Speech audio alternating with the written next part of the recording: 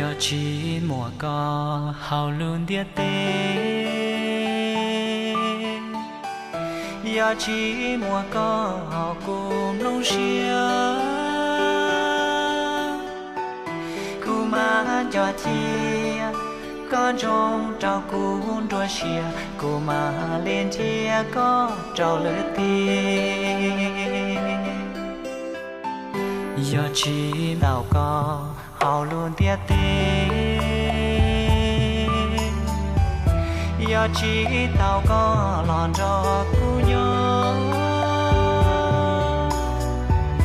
cú má tua to cho con trong cú ya mù mà chỉ lu nhớ sao con luôn giờ chỉ mua có nó là chỉ ca giờ chỉ mua có hao là chính lý giờ cú đại nắng lo chỉ mua có giờ chỉ mua có hao luôn tia tê giờ chỉ mua có hao cùng nông xia cú má cho thia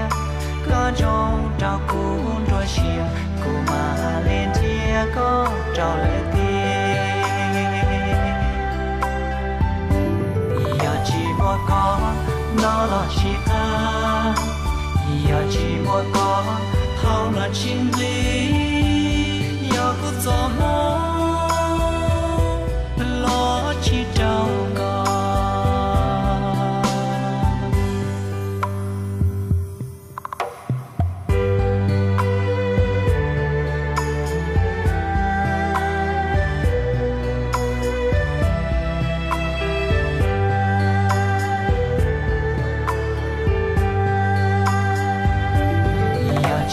có nó là chỉ ta